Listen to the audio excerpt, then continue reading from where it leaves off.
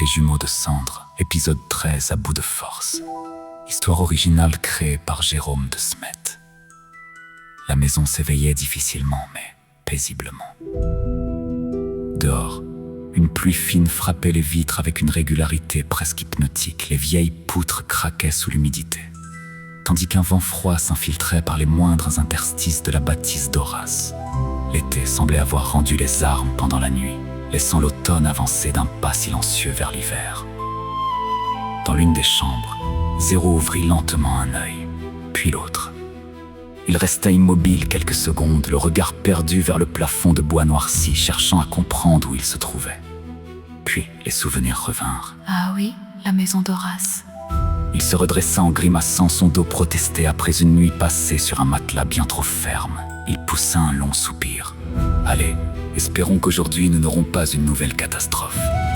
Il se frotta lentement le crâne en poussant un soupir avant de murmurer pour lui. Voyons déjà si tout le monde tient encore debout. En ouvrant la porte de sa chambre, deux sensations le ramenèrent brutalement à la réalité. La première fut une odeur réconfortante. Du pain chaud, Des herbes fraîches. du lard qui grillait doucement. Un véritable petit déjeuner. Un sourire fatigué apparut sur son visage. Maman est déjà au fourneau. La seconde sensation fut beaucoup moins agréable, le froid. Un froid humide qui s'accrochait aux vêtements et semblait traverser la peau jusqu'aux os. L'air avait cette odeur particulière de terre mouillée, de feuilles détrempées et de cheminée qui s'éteint lentement. Comme si l'automne avait décidé, cette nuit-là, d'entamer sa lente descente vers l'hiver. Zéro descendit l'escalier. Dans la cuisine, maman s'affairait devant les casseroles. Malgré la chaleur du feu, son visage trahissait une nuit presque blanche. Sans dire un mot, Zéro s'approcha. Il posa doucement une main sur son épaule, puis déposa un tendre baiser sur sa joue. Comment tu vas? Elle esquissa un sourire fatigué. Fatiguée, tendue et morte de trouée pour l'âme. Sa voix se brisa légèrement avant qu'elle ne reprenne. Assieds-toi, mange quelque chose. Zéro lui adressa un regard plein d'affection. Je vais d'abord voir les autres, ensuite je reviendrai déjeuner avec toi. Sa voix était douce, presque rassurante. Maman hocha simplement la tête. Le grand salon baignait dans une lumière grise filtrée par la pluie.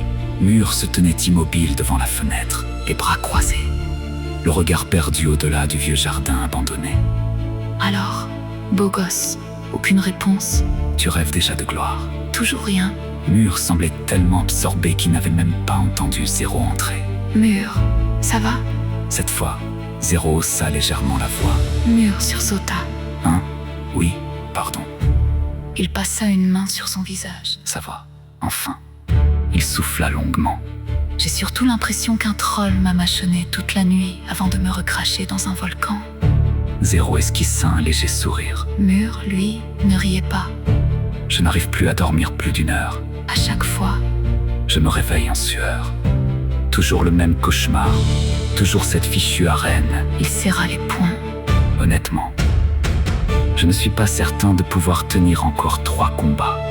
Le silence s'installa quelques instants. Puis, Zéro changea volontairement de sujet. Tu regardais quoi par la fenêtre? Mur tourna lentement la tête. Une femme. Une femme, Oui, elle était là, dans le vieux jardin abandonné. immobile, Elle observait la maison. et quand elle a vu que je la regardais, Elle est partie. Le sourire de Zéro disparut aussitôt. tu peux me la décrire? Mur réfléchit quelques secondes. Environ 1,70 m. Très mince, des vêtements noirs et rouges. Pas ceux d'une paysanne. Des tissus de très grande qualité. Même de loin, ça se voyait. Zéro acquiesça lentement, D'accord, on prévient tout le monde qu'il se méfie d'elle. alors qu'il s'apprêtait à quitter la pièce. Il se retourna une dernière fois. Tu sais, Mur, dans cette arène, Tu ne combattras pas seulement ton adversaire. tu te battras surtout contre toi-même. Tu restes maître de tes choix. Nous accepterons la décision que tu prendras. Il marqua une courte pause. Puis ajouta avec un léger sourire. Je te demande juste une chose. Ne meurs pas, au moins pour maman. Ce serait la goutte d'eau qui ferait déborder la jarre.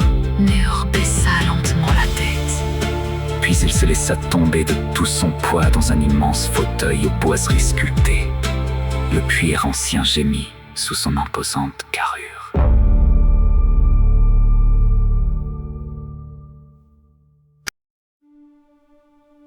Zéro poursuivit sa tournée. Dans le bureau, il découvrit Kael et Féline penchés au-dessus d'une carte d'Atriarche. Des morceaux de charbon remplaçaient les pions. Ils débattaient à voix basse. Alors, Ça complote ici? Kael releva immédiatement la tête. Un léger sourire illumina enfin son visage. oui, Enfin, on cherche surtout le meilleur moyen de délivrer Lyra. Il désigna la carte. il ne faut plus traîner. Demain soir, on agit. Le sourire de Zéro s'effaça. Tu as raison. Je vais avaler quelque chose, ensuite je reviens vous aider. Très bien. Répondit simplement Kael avant de replonger dans ses réflexions. La dernière porte était celle de Scarlett. Zéro frappa délicatement. Entrez. Il poussa doucement la porte. Scarlett reposait toujours dans son lit. Son visage était d'une pâleur inquiétante. À son chevet, Flamme veillait sans quitter sa mère des yeux. Ses traits étaient tirés et ses yeux rougis trahissaient une nuit entière passée à espérer le moindre signe d'amélioration. Comment va-t-elle? Flamme secoua lentement la tête. Son état n'a pas changé. Mais elle est toujours vivante. Elle prit soudain une grosse voix pour imiter le médecin. Si elle est encore en vie demain matin, elle aura de grandes chances de s'en sortir. Puis elle retrouva sa voix habituelle. C'est plutôt bon signe, non? Zéro sourit. Oui. Très bon signe. Il regarda Flamme. Tu viens déjeuner avec nous? Elle ne risque rien ici. Flamme hésita quelques secondes, puis acquiesça. D'accord. Alors qu'il quittait la chambre, Zéro s'arrêta brusquement. Au fait, Je n'ai pas vu Horace. il est parti en ville. Il voulait vérifier quelque chose pendant une fraction de seconde. Le cœur de Zéro se serra. Et s'il était parti les dénoncer au palais? Depuis des semaines, les trahisons, les pièges et les mauvaises surprises s'enchaînaient. Quand tout tourne mal autour de vous, on finit par voir le danger partout, même là où il n'existe pas. Il inspira profondément, puis secoua la tête. Non. Pas Horace, c'est un homme d'honneur. Sans un mot de plus, il reprit la direction de la cuisine où l'odeur du pain chaud semblait être, pour quelques instants encore, le seul refuge contre le monde qui menaçait de s'effondrer. Le petit déjeuner fut aussi simple que réconfortant. Autour de la grande table de chêne, Maman, Flamme et Zéro savouraient en silence le repas préparé quelques instants plus tôt. Le pain encore tiède craquait sous les doigts, le beurre fondait lentement, tandis que l'odeur du café aux céréales se mêlait à celle du feu de cheminée. Depuis des semaines, chaque repas ressemblait davantage à une halte qu'à un véritable moment de repos. La période était terrible, les corps étaient épuisés, mais les esprits l'étaient encore davantage. Chacun avançait désormais au bord d'un précipice invisible où le moindre faux pas pouvait les faire sombrer. À vrai dire, seuls 2 membres du groupe semblaient encore tenir debout. Kael et Féline. Kael avait retrouvé une lueur dans le regard depuis qu'il savait que la libération de Lyra n'était plus qu'une question d'heure. Cette idée suffisait à lui redonner des forces qu'il croyait perdues. Quant à Féline, elle puisait sa force ailleurs. Elle était tombée éperdument amoureuse de Mur. Malgré sa carrure impressionnante, sa force capable de Terrasser les plus grands guerriers et les exploits qu'il accomplissait chaque jour, elle ne voyait en lui qu'un être profondément fragile. derrière cette montagne de muscles, Elle était convaincue qu'il cachait un homme blessé, perdu, qui avait besoin qu'on veille sur lui. elle était persuadée qu'il avait besoin d'elle pour survivre. Et elle le croyait de tout son cœur. Le repas était excellent. Il réchauffait les ventres, Mais pas les cœurs. Les 3 compagnons mangeaient sans presque échanger un mot. Les regards étaient absents, les pensées bien loin de cette cuisine, pourtant si chaleureuse.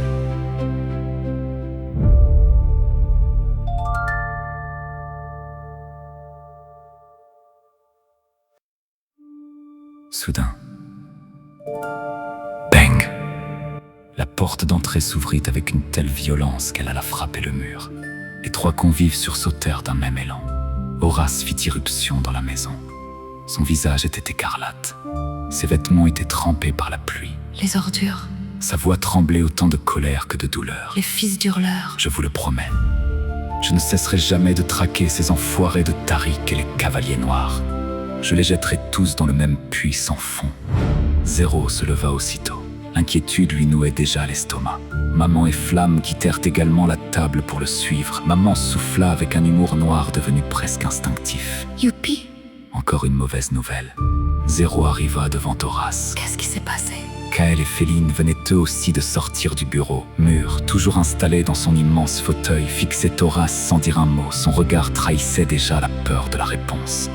Horace respirait difficilement, comme si chaque mot lui coûtait un effort immense. Je n'ai pas dormi de la nuit. Je m'inquiétais pour tout et pour rien. Alors ce matin, je me suis dit qu'il fallait aller voir la boulangerie. Il fallait que je sache. Sa voix se brisa. Ses jambes cédèrent. Il tomba à genoux au milieu du salon, les mains posées sur ses cuisses, les yeux perdus dans le vide. Puis il murmura d'une voix presque inaudible. Ils, Ils les ont pendus. Un silence glaçant envahit la maison. Isabelle, Son mari et leurs 2 enfants à la façade de leur boulangerie. Horace serrait les poings si fort que ses ongles entaillaient la paume de ses mains. sa voix n'était plus qu'un souffle. Ils avaient accroché une pancarte autour du cou de Isabelle. Il ferma les yeux quelques secondes, incapable d'oublier l'image, puis il récita lentement les mots qui étaient inscrits. Ainsi meurent ceux qui aident les ennemis de Tariq. Personne n'osa parler. Ces mots n'étaient pas destinés à Isabelle. Ils étaient destinés à toute la ville, à tous ceux qui auraient encore le courage d'ouvrir leurs portes à un inconnu, de partager un morceau de pain ou d'offrir un refuge à une famille traquée. En une seule phrase, l'Empire venait de condamner la bonté elle-même. Personne ne bougea. Même le feu de cheminée semblait avoir cessé de crépiter. Horace leva lentement la tête. Ses yeux étaient noyés de larmes. Ils paieront. Je vous le jure, ils paieront pour tout le mal qu'ils font à ce monde. Maman recula d'un pas maladroit avant de s'effondrer sur une chaise. Ses mains tremblaient. Flamme resta figée. Une larme glissa silencieusement sur sa joue. Puis une deuxième. Kael baissa lentement la tête. Féline fit de même. Zéro resta immobile, incapable de trouver le moindre mot. Même Mur, pourtant habitué aux pires horreurs, semblait anéanti. Il fixait le sol, les yeux grands ouverts, comme si son esprit refusait d'accepter ce qu'il venait d'entendre. Finalement, d'une voix brisée, il souffla. Quand Le mot resta suspendu dans le silence. il releva lentement les yeux. Quand est-ce que ce cauchemar prendra fin? Quand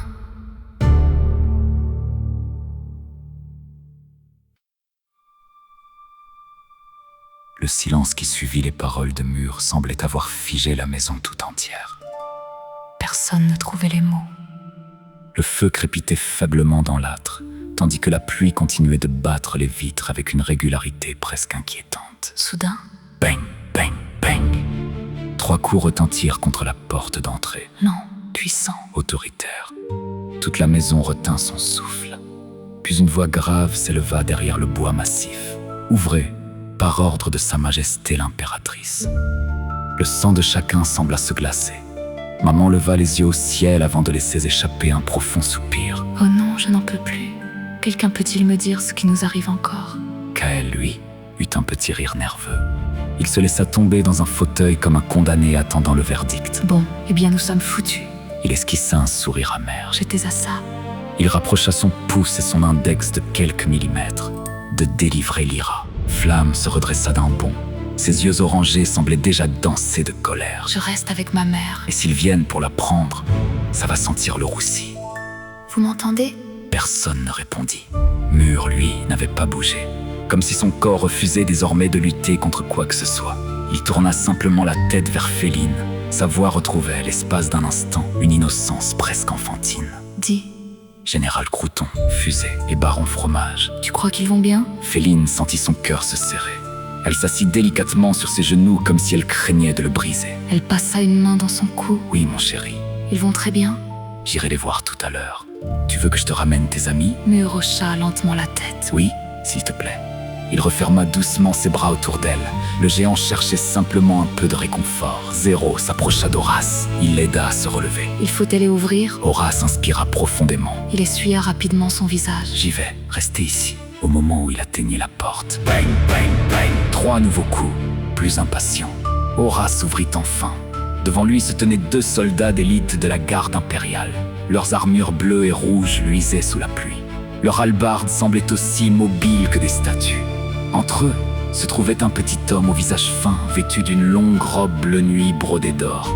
Sa silhouette frêle contrastait avec l'autorité de son regard. Derrière lui, une femme avançait lentement. Aucun diadème, aucune armure, aucune couronne. Pourtant, dès qu'elle franchit le seuil, la pièce sembla devenir plus petite. Personne n'eut besoin qu'on la présente. C'était elle, l'impératrice.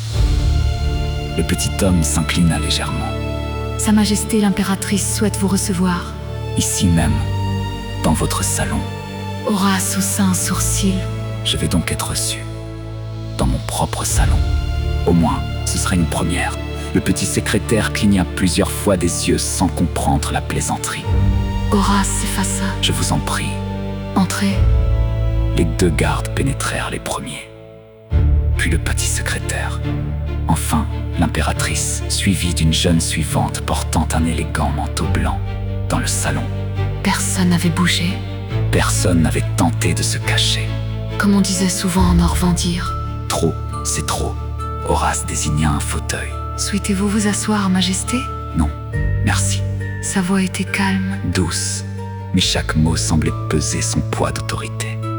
Elle promena son regard sur chacun des occupants de la pièce. Puis déclara simplement. Bonjour à vous tous. Je tiens d'abord à vous rassurer. Vous ne craignez rien, Je suis ici. mon ami? Elle marqua une légère pause. Un discret sourire apparut au coin de ses lèvres. Et si j'étais venu en ennemi? Vous seriez déjà mort. Un silence pesant suivit cette phrase. Même Zéro jugea préférable de ne faire aucun commentaire. L'impératrice reprit. Cette nuit, Quelque chose a changé au palais. je ne connais pas la cause exacte de cette brusque montée de tension.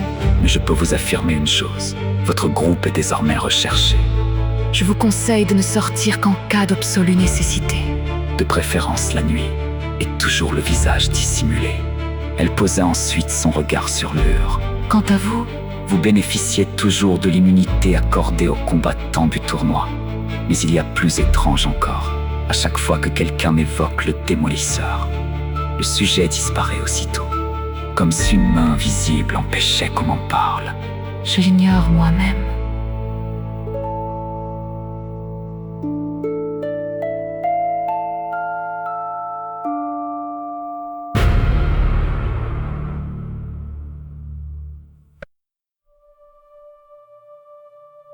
Pour ceux d'entre vous qui maîtrisent la mana, le meilleur conseil que je puisse vous donner, c'est de partir très loin vers le sud. Une voix éclata soudain derrière la porte du salon. Mais bien sûr qu'ils viennent.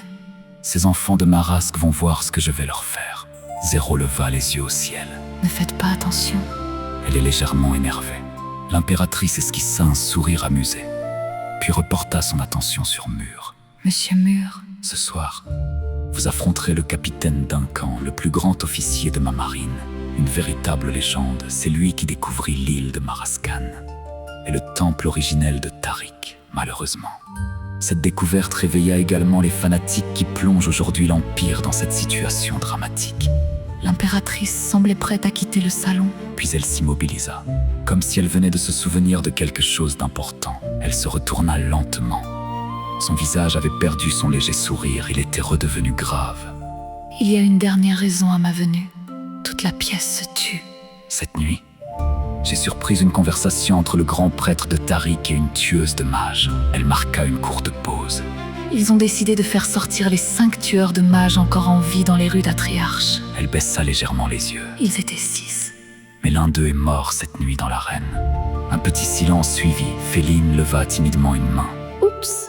Elle haussa les épaules avec un sourire malicieux. Les courants d'air dans les grands couloirs. Ça ne pardonne pas. Même dans une situation aussi tendue, plusieurs compagnons laissèrent échapper un sourire. L'impératrice elle-même dut retenir le sien avant de reprendre. Ces tueurs de mages possèdent un ancien miracle de Tariq. Ils sont capables de détecter la moindre présence de mana dans toute une ville. Ils vont fouiller Atriarche, rue après rue, maison par maison. Son regard se posa lentement sur chacun des occupants. Comme si elle savait déjà qu'il lui cachait quelque chose. Puis elle ouvrit une petite bourse de cuir attachée à sa ceinture. À l'intérieur reposaient plusieurs colliers de métal noir sertis d'une pierre gris cendre. Elle en prit un entre ses doigts. Si, par le plus grand des hasards, quelqu'un dans cette maison maîtrisait la mana.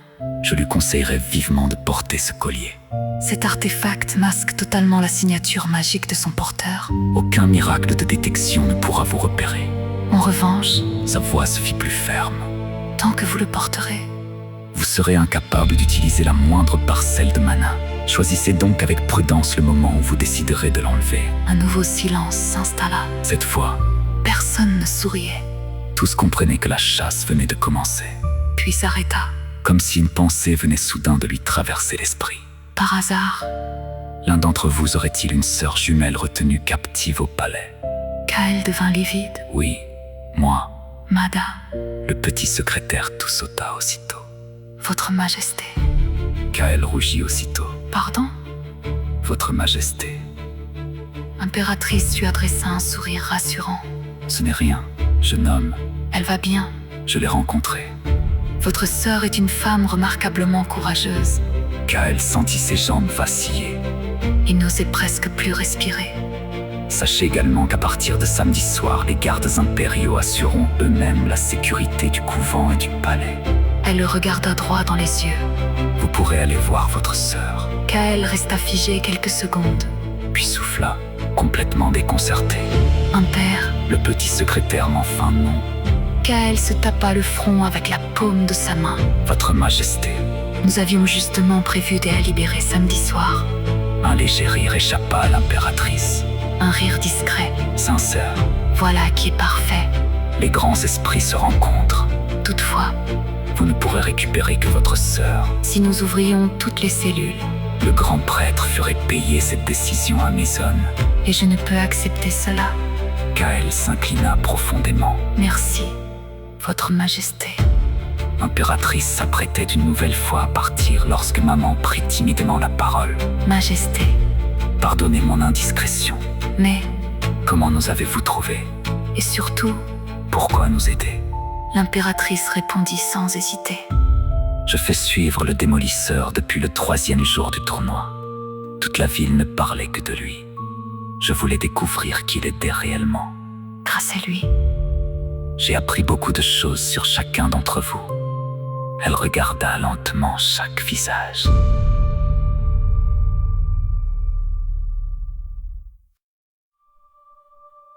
Et si je suis venu aujourd'hui, c'est parce qu'en des temps aussi sombres, les personnes qui partagent les mêmes idéaux doivent regarder dans la même direction.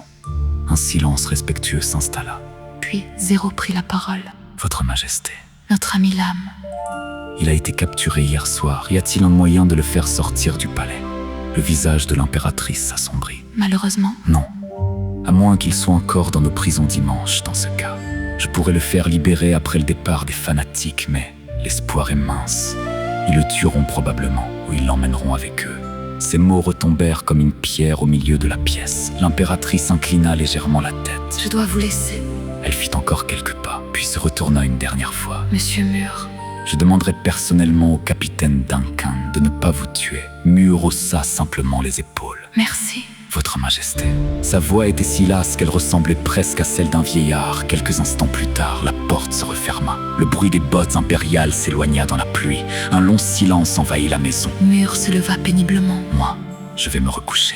À peine avait-il terminé sa phrase que Féline bondit avec enthousiasme. J'arrive! Elle le rattrapa aussitôt et passa son bras autour du sien. Tous deux disparurent dans l'escalier. Les autres restèrent immobiles. Personne ne semblait réellement comprendre ce qui venait de se produire. Horace finit par souffler, encore abasourdi. Je crois que nous venons de vivre la matinée la plus étrange de toute notre vie.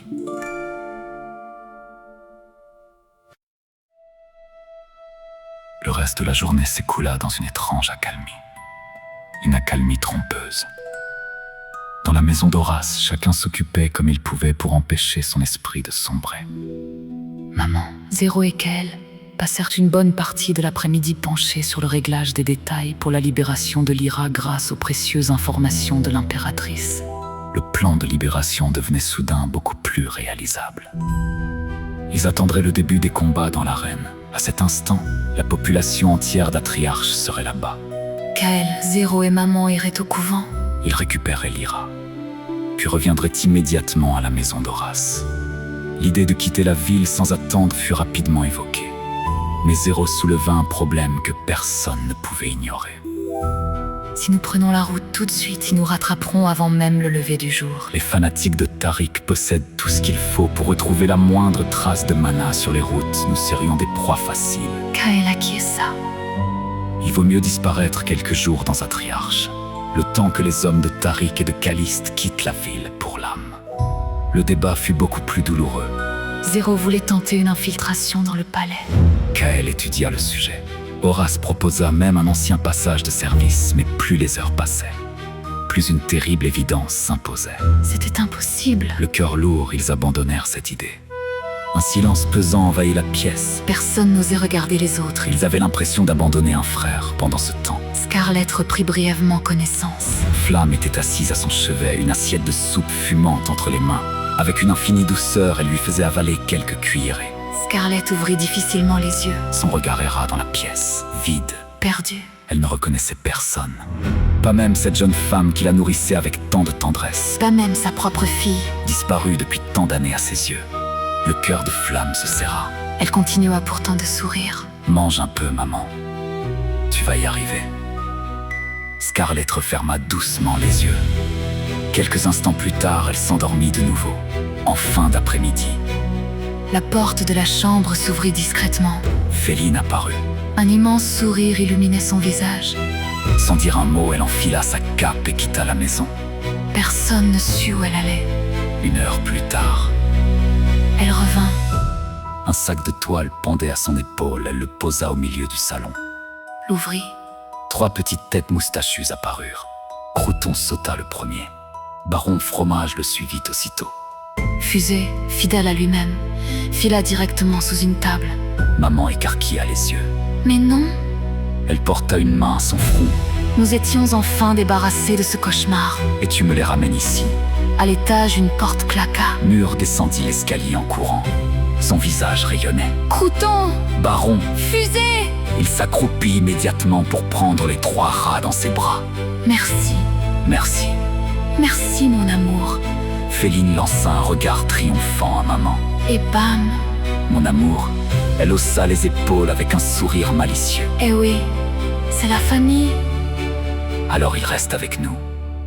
Maman leva les yeux au ciel. Je vais finir par perdre la tête. Elle retourna dans la cuisine en marmonnant toute seule. Pendant près d'1 heure, Mur joua avec ses 3 compagnons, Il riait, parlait avec eux, leur racontait sa journée. comme si, pendant quelques instants, La guerre avait cessé d'exister.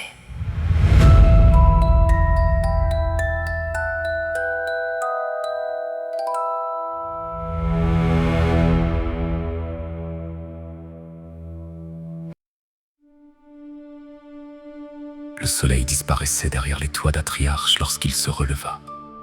Son sourire s'effaça. Je dois partir.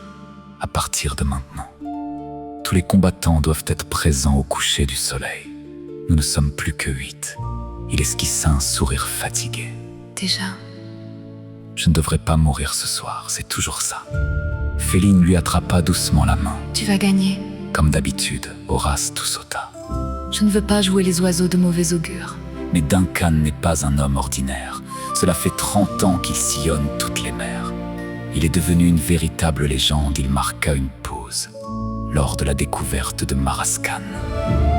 2 navires avaient quitté le port, 125 marins. 21 seulement sont revenus et Duncan portait lui-même les blessés jusqu'aux embarcations pour beaucoup de marins. C'est un dieu vivant. Il n'a jamais reculé, même lorsqu'ils étaient 5 contre lui. Féline lança immédiatement un regard noir à Horace. Merci pour le réconfort. Puis elle se tourna vers Mur, son sourire revint aussitôt. Ne l'écoute pas. Tu vas tout casser, mon scolopendre. 2 heures plus tard, Mur attendait seul dans ce que l'on appelait pudiquement les vestiaires. La pièce était presque vide, un banc, une table, quelques crochets fixés au mur. Un médecin passa la tête par la porte. tout va bien? Oui, le médecin referma aussitôt. Mur souffla. Super. Après plusieurs longues minutes, la porte grinça de nouveau. Une jeune employée entra timidement. Monsieur le démolisseur. Votre combat sera le 3e de la soirée contre Sir Duncan. Le premier commencera dans 20 minutes. Bonne chance. Vous en aurez besoin. Mur soupira. Oui, J'ai compris. il est fort. Très fort. Je vais encore avoir mal comme tous les soirs. Tout ça à cause de Zéro. Inscris-toi, Mur, on gagnera de l'argent. Et qui c'est qui prend les coups? C'est toujours Bibi.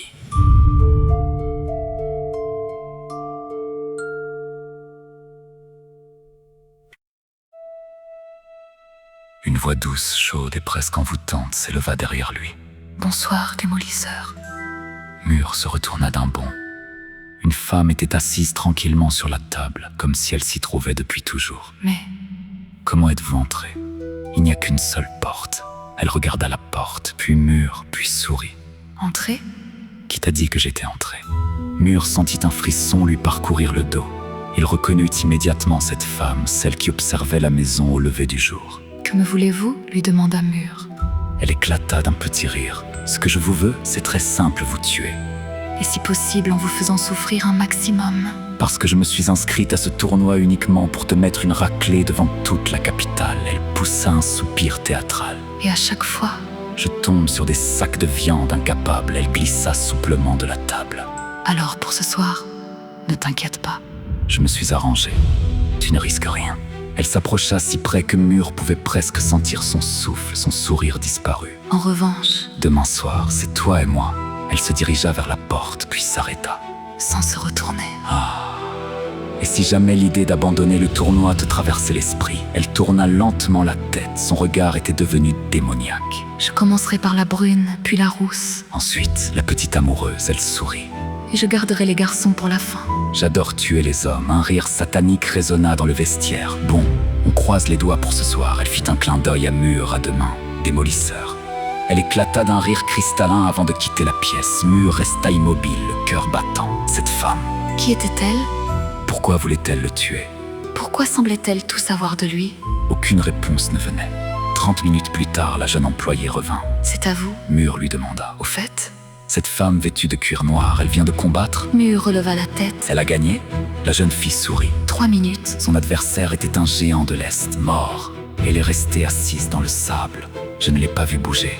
Il était l'heure du combat. La reine était en délire.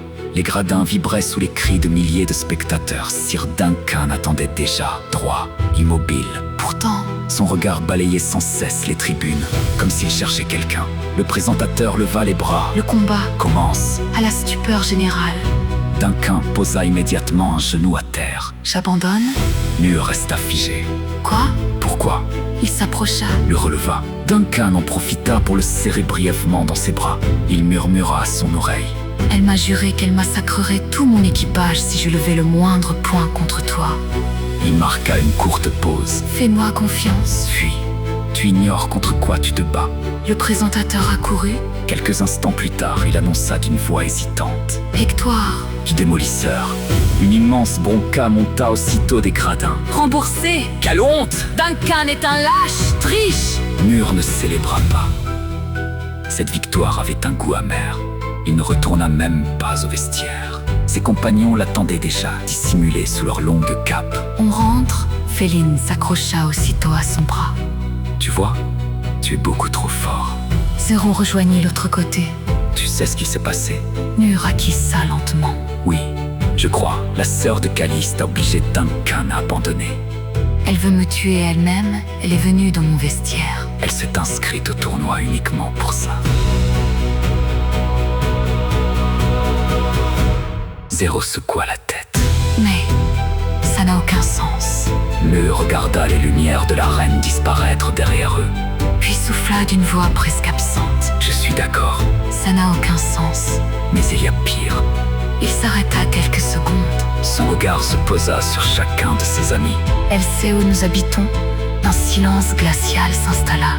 Puis il ajouta. Elle connaît chacun d'entre vous.